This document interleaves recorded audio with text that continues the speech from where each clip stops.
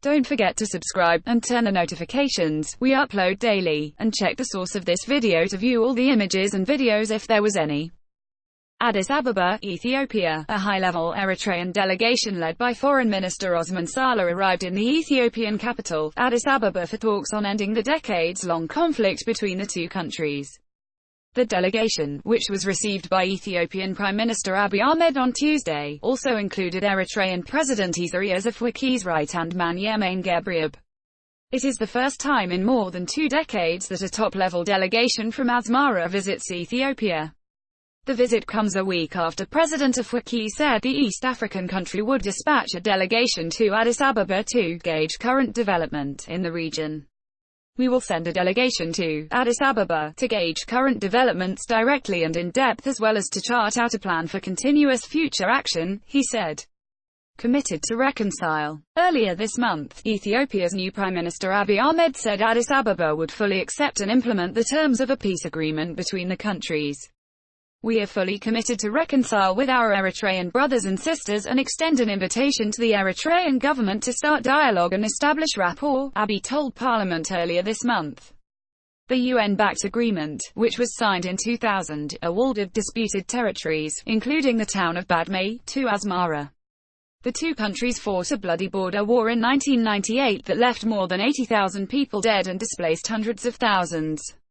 Article Gwid, Eritrea, which comprised of Ethiopia's only access to the sea, broke off from its larger neighbor in 1993, leaving Addis Ababa landlocked.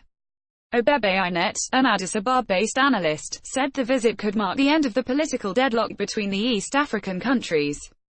This visit is very significant, and when the agreement is fully implemented, it will mean the people of the two countries can finally have friendly relations. It will also improve the security of the region. The proxy wars between the two countries will also end, Obebe told Al Jazeera. The outcome will be felt not just in the disputed territories but across East Africa.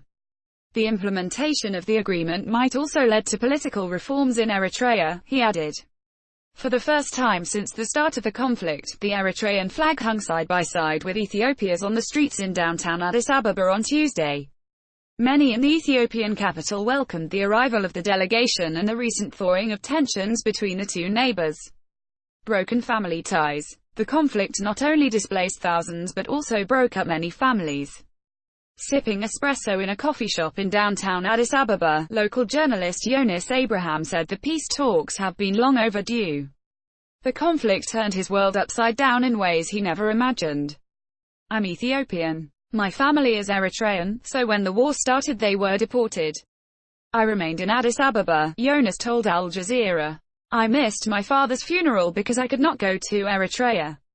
I have not seen my family for 20 years, the 40-year-old said, with his brother, the only family member he has left in Ethiopia, sitting beside him. Abraham was not deported because he worked for a government-affiliated media outlet in Addis Ababa. His brother, Bereket, who is also a journalist, was deported to Eritrea along with the rest of family but sneaked back into Ethiopia and sought refuge. There are no words to describe what happened to our family. We suffered greatly. We lost everything, he said. The brothers say they cannot wait for the two countries to normalize their relations. As soon as the door opens, we will both go to Eritrea to reunite with our family. We miss them a lot, Yonis, the elder of the two bros, said.